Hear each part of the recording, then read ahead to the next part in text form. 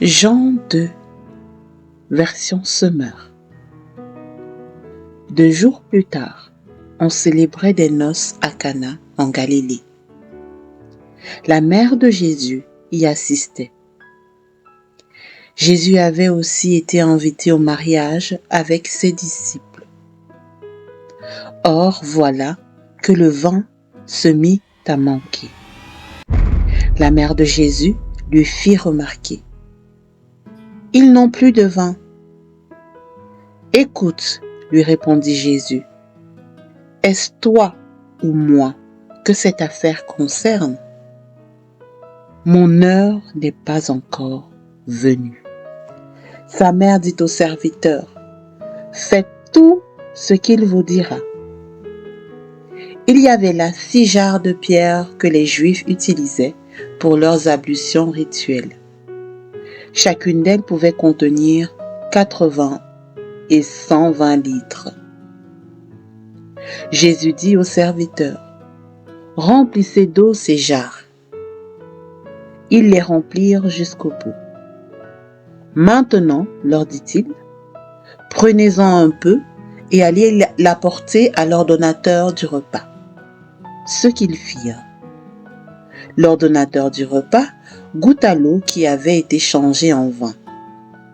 Il ne savait pas d'où venait ce vin, alors que les serviteurs le savaient, puisqu'ils avaient puisé l'eau. Aussitôt, il fit appeler le marié et lui dit: « En général, on sert d'abord le bon vin, et quand les gens sont ivres, on leur donne de l'ordinaire. Mais toi, tu as réservé le bon vin jusqu'à maintenant. » C'est là le premier des signes miraculeux que fit Jésus. Cela se passa à Cana en Galilée.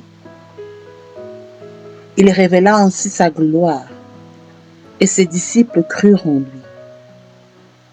Après cela, Jésus descendit à Capernaum avec sa mère, ses frères et ses disciples, mais ils n'y restèrent que quelques jours.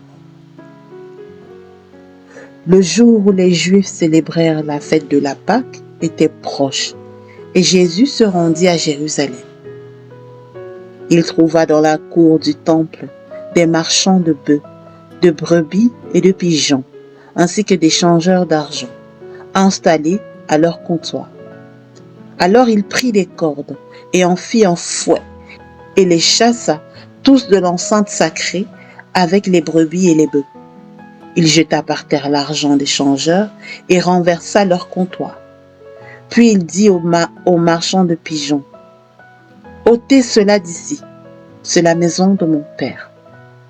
N'en faites pas une maison de commerce. » Les disciples se souvinrent alors de ce passage de l'Écriture.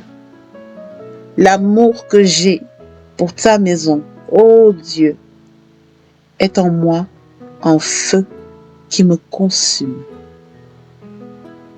Là-dessus, les gens lui dirent: « Quel signe miraculeux peux-tu nous montrer pour prouver que tu as le droit d'agir ainsi? » « Démolissez ce temple, leur répondit Jésus, et en 3 jours, je le relèverai. » « Comment ?» répondirent-ils. « Il a fallu 46 ans pour construire le temple, et toi tu serais capable de le relever en 3 jours? » Mais en parlant du temple, Jésus faisait allusion à son propre corps. Plus tard, lorsque Jésus fut ressuscité, ses disciples se souvinrent qu'il avait dit cela, et ils crurent à l'Écriture et à la parole que Jésus avait dite. Pendant que Jésus séjournait à Jérusalem pour la fête de la Pâque, beaucoup de gens crurent en lui en voyant les signes miraculeux qu'il accomplissait. Mais Jésus ne se fiait pas à eux, car il les connaissait tous très bien. En effet, il n'avait pas besoin qu'on leur enseigne sur les hommes, car il connaissait le fond de leur cœur. Amen.